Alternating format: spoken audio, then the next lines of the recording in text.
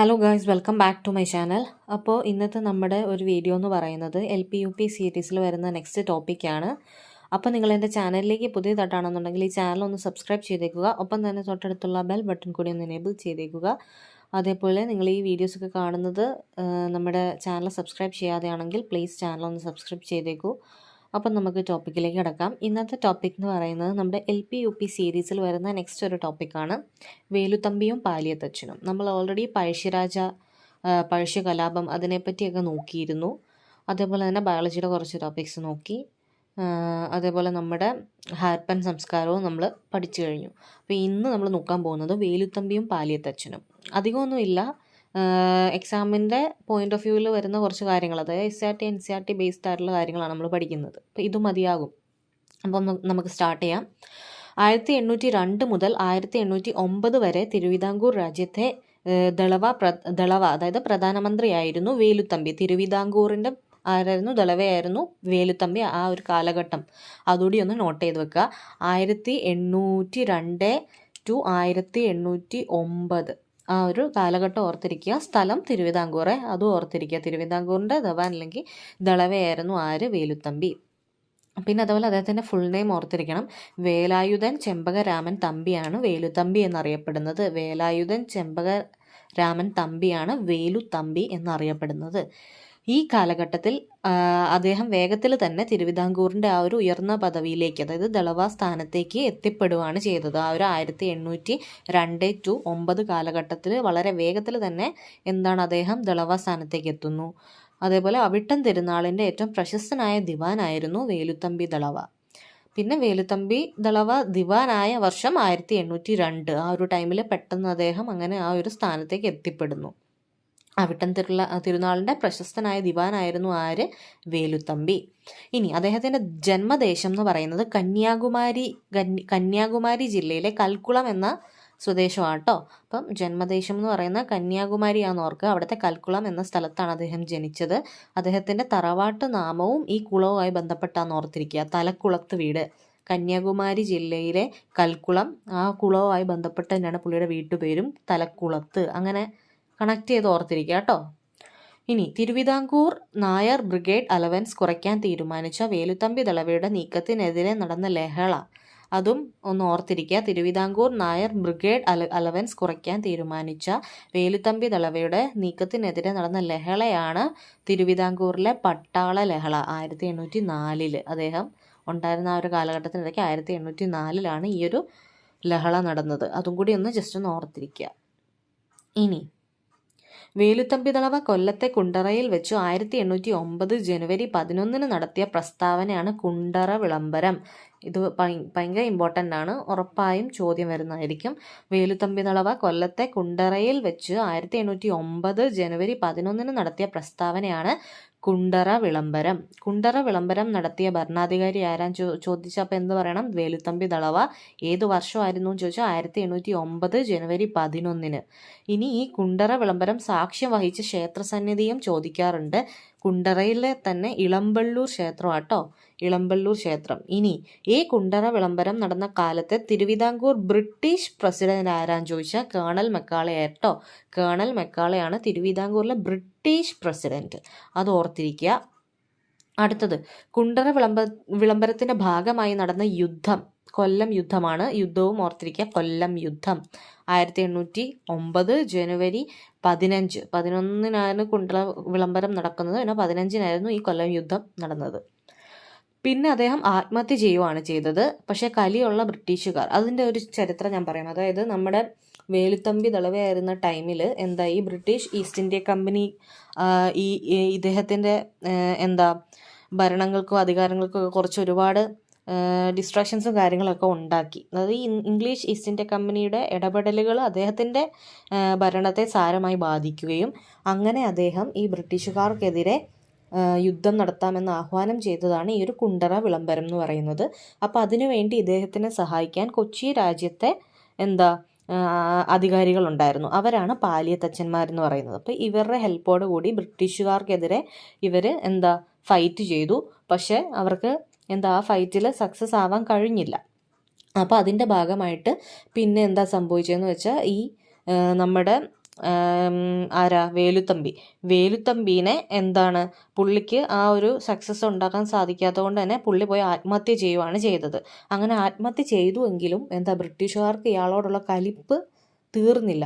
ഞാൻ നിങ്ങൾക്ക് മനസ്സിലാവുന്ന ഭാഷ പറഞ്ഞു തരുവാ കേട്ടോ, വലിയ ആധികാരികമായ മലയാളത്തിലൊന്നുമല്ല പറയുന്നത്, ജസ്റ്റ് സിമ്പിളായിട്ട്. ഓക്കെ, അപ്പോൾ ഇങ്ങനെ ഇംഗ്ലീഷ് ഈസ്റ്റ് ഇന്ത്യ കമ്പനിയുടെ ഇടപെടലുകൾ മൂലം നമ്മുടെ വേലുത്തമ്പിയുടെ ഭരണാധികാരമൊക്കെ താറുമാറായിപ്പോയി. അങ്ങനെ ദേഷ്യം വന്ന വേലുത്തമ്പി കൊച്ചി രാജ്യത്തെ അധികാരികളായിരുന്ന പാലിയത്തച്ഛന്മാരുടെ ഹെൽപ്പോട് കൂടി ബ്രിട്ടീഷുകാർക്കെതിരെ ഫൈറ്റ് ചെയ്യുന്നു. പക്ഷേ ആ ഫൈറ്റിൽ സക്സസ് ആവാൻ കഴിഞ്ഞില്ല. അങ്ങനെ പുള്ളി തോക്കാൻ സമ്മതിക്കാൻ ഉള്ള മനസ്സില്ലാത്തതുകൊണ്ട് പുള്ളി പോയി സ്വയം സൂയിസൈഡ് ചെയ്തു, വേലുത്തമ്പി ദളവ. പക്ഷെ അങ്ങനെ സൂയിസൈഡ് ചെയ്തെങ്കിലും ബ്രിട്ടീഷുകാർക്ക് പുള്ളിനോടുള്ള ദേഷ്യം ഉണ്ടായിരുന്നതുകൊണ്ട് എന്താണ് അവർ ചെയ്തത്, ആ തൂങ്ങിച്ചത്തയാളെ വീണ്ടും കൊണ്ടുവന്ന് കെട്ടിത്തൂക്കി. ആ സ്ഥലമൊക്കെ നമ്മൾ പഠിക്കേണ്ടതാണ്, ഞാൻ പറഞ്ഞുതരാം. കെട്ടിത്തൂക്കി. അതേപോലെ പാലിയത്തച്ഛന്മാരുണ്ടല്ലോ ഹെൽപ്പ് ചെയ്ത്, അവരെ മദ്രാസിലേക്ക് നാടും കടത്തി. ഇതാണ് ആ ഒരു ചരിത്രത്തിൽ നടന്ന കാര്യം. അപ്പോൾ നിങ്ങൾക്ക് മനസ്സിലായെന്നായിരിക്കുന്നു സിമ്പിളായിട്ട് പറഞ്ഞു തന്നത്. അപ്പോൾ നോക്കിക്കേ, കുണ്ടറ വിളംബരം നടത്തിയ ഭരണാധികാരി വേലുത്തമ്പി എന്ന് പറഞ്ഞു. വർഷം 1809 ജനുവരി 11. ഇനി ആ ഒരു കുണ്ടറ വിളംബരത്തിന് സാക്ഷ്യം വഹിച്ച ക്ഷേത്രമാണ് ഇളമ്പള്ളൂർ ക്ഷേത്രം, കുണ്ടറയിലെ ഇളമ്പള്ളൂർ ക്ഷേത്രം. അതേപോലെ കുണ്ടറ വിളംബരം നടന്ന കാലത്തെ തിരുവിതാംകൂർ ബ്രിട്ടീഷ് പ്രസിഡന്റ് ആരാന്ന് ചോദിച്ചാൽ കേണൽ മെക്കാളെ. അതൊക്കെ ഓർത്തിരിക്കണം കേട്ടോ. ഇനി കുണ്ടറ വിളംബരത്തിന്റെ ഭാഗമായി നടന്ന യുദ്ധമാണെന്ത്, കൊല്ലം യുദ്ധം. 1809 ജനുവരി 15 അത് നടന്നത്. പിന്നെ ഇപ്പം ഞാൻ പറഞ്ഞ ആ ഒരു ഹിസ്റ്ററിയിലേക്കാണ് എത്തുന്നത്. പിന്നെ പുള്ളി എന്ന് പറഞ്ഞാൽ ആരാ, നമ്മുടെ വേലുത്തമ്പി. അപ്പം വേലുത്തമ്പി ആത്മഹത്യ ചെയ്തു. പക്ഷെ കലിയുള്ള ബ്രിട്ടീഷുകാർ പുള്ളിയുടെ ശരീരം, ആ ഒരു ശവശരീരം എടുത്ത് കൊണ്ടുവന്ന് ഷോയ്ക്ക് വേണ്ടി കെട്ടിത്തൂക്കി. നമുക്ക് പെട്ടെന്ന് മനസ്സിലാവാൻ ഓർത്തിരിക്കാനും വേണ്ടിയിട്ട് ആ ഒരു രീതിയിൽ എഴുതിയേക്കുന്നത്. അപ്പം അവർക്ക് ആ ഉള്ള ദേഷ്യം കാണിക്കാൻ വേണ്ടി, നാലാളെ കാണിക്കാൻ വേണ്ടി അവർ അതുകൊണ്ടൊന്ന് കെട്ടിത്തൂക്കി. വേലുത്തമ്പി ആത്മഹത്യ ചെയ്ത ക്ഷേത്രം, അദ്ദേഹം സൂയിസൈഡ് ആണല്ലോ ചെയ്തത്, എന്നിട്ടാണല്ലോ കെട്ടിത്തൂക്കിയത്. അപ്പോൾ ആ സൂയിസൈഡ് ചെയ്തത് മണ്ണടി ക്ഷേത്രത്തിലാട്ടോ. മണ്ണടി ക്ഷേത്രം 1809 മണ്ണടി ക്ഷേത്രത്തിലാണ് അദ്ദേഹം സൂയിസൈഡ് ചെയ്തത്. പക്ഷേ പുള്ളിയുടെ ശവം കൊണ്ടുവന്ന് കെട്ടിത്തൂക്കിയത് തിരുവനന്തപുരത്തെ കണ്ണമ്മൂല. അതൊന്ന് ഓർത്തിരിക്കുക, തിരുവനന്തപുരത്തെ കണ്ണമ്മൂലയിലാണ് പുള്ളിയുടെ ശവശരീരം കെട്ടിത്തൂക്കിയത്. അതേപോലെ വേലുത്തമ്പി സ്മാരകം സ്ഥിതി ചെയ്യുന്നത് മണ്ണടിയിലാട്ടോ. മണ്ണടിയിലല്ലേ അദ്ദേഹം ആത്മഹത്യ ചെയ്തത്. അപ്പം അവിടെയാണ് അദ്ദേഹത്തിൻ്റെ സ്മാരകം ഇപ്പോൾ ഉള്ളത്. അതേപോലെ വേലുത്തമ്പിയുടെ വാള് സൂക്ഷിച്ചിരിക്കുന്നത് നേപ്പിയർ മ്യൂസിയം, തിരുവനന്തപുരത്തുള്ള ഒരു നേപ്പിയർ മ്യൂസിയം ഉണ്ട്, അവിടെയാണ് അദ്ദേഹത്തിൻ്റെ വാള് സൂക്ഷിച്ചു വെച്ചിരിക്കുന്നത്. പിന്നെ വേലുത്തമ്പിക്ക് ശേഷം ദിവാനായത് ഉമ്മിണിത്തമ്പിയായിരുന്നു. വേലുത്തമ്പിക്ക് ശേഷം ദിവാനായത് ഉമ്മിണിത്തമ്പിയായിരുന്നു എന്ന് ഓർക്കുക. ഈ ഉമ്മിണിത്തമ്പിയാണ് നമ്മുടെ വിഴിഞ്ഞം തുറമുഖം, അതേപോലെ ബാലരാമപുരം പട്ടണം, അതേപോലെ തിരുവിതാംകൂറിലെ പോലീസ് സേന, ഇതിനൊക്കെ തുടക്കം കുറിച്ച വ്യക്തി ഉമ്മിണിത്തമ്പിയാണ്. ഏതൊക്കെയാണ് നമുക്ക് ഓൾറെഡി നമ്മൾ കേട്ടിട്ടുള്ളതൊക്കെയാണ് അല്ലേ, വിഴിഞ്ഞം തുറമുഖം, പിന്നെ അതേപോലെ ബാലരാമപുരം പട്ടണം, പിന്നെ തിരുവിതാംകൂറിലെ പോലീസ് സേന, ഇതെല്ലാം ആരംഭിച്ചത് ആരാണ്, ഉമ്മിണിത്തമ്പിയാണ്. വേലുത്തമ്പി ദളവയ്ക്ക് ശേഷം അധികാരത്തിലേക്ക് വന്ന ഉമ്മിണിത്തമ്പിയാണ്. ഇനി കൊച്ചി നാട്ടുരാജ്യത്തെ പാലിയം പ്രദേശത്തുള്ള പ്രമുഖ നായർ തറവാട് കാരണവന്മാർ അറിയപ്പെടുന്നതാണ് പാലിയത്തച്ഛൻ.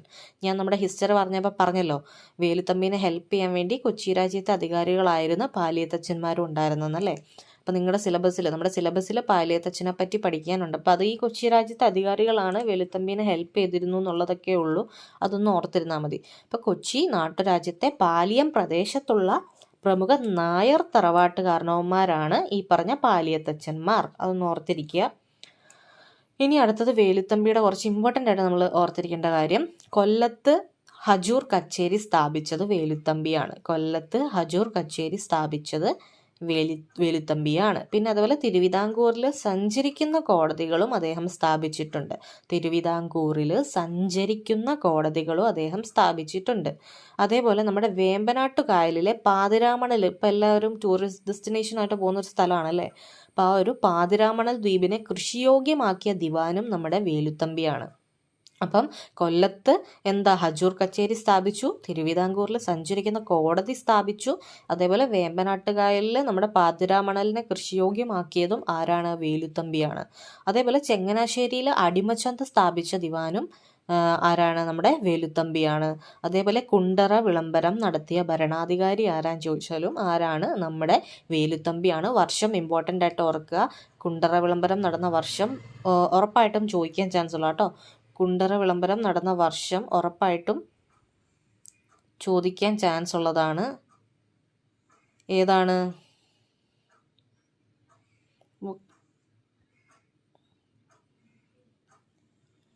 Okay, sorry. ഓക്കെ, അപ്പം കുണ്ടറ വിളംബരം നടന്ന വർഷം ഏതാണ്? അത് നമ്മൾ ഇമ്പോർട്ടൻ്റ് ആയിട്ട് ഓർത്തിരിക്കേണ്ടതാണ്. ഒരിക്കലും ചോദിക്കുകയല്ലെന്ന് വിചാരിക്കരുത്. 1809 ജനുവരി 11. 1809 ജനുവരി 11 കുണ്ടറ വിളംബരം നടന്നത്. അദ്ദേഹത്തിൻ്റെ കാലഘട്ടം എപ്പോഴായിരുന്നു? 1802-9. അതിൽ 1809 ജനുവരി 11 കുണ്ടറ വിളംബരം നടത്തിയത്. ആരാണ്? വേലുത്തമ്പി ദളവ. അപ്പോൾ ഇത്രയൊക്കെയാണ് നമ്മുടെ LP-UP സിലബസിൽ നമുക്ക് പാലിയത്തച്ഛന്മാരെ പറ്റിയും പിന്നെ അതുപോലെ വേലുത്തമ്പി ദളവയെ പറ്റിയും പഠിക്കാനുള്ളത്. അപ്പോൾ നമ്മുടെ ബ്രിട്ടീഷുകാർക്കെതിരെയുള്ള കലാപങ്ങൾ എന്ന പോർഷനിൽ ഇനി ഒരു കാര്യം കൂടെ നമുക്ക് പഠിക്കാനുള്ളൂ, കുറിച്യർ കലാപം. അത് നമുക്ക് അടുത്ത ക്ലാസ്സിൽ പഠിക്കാം.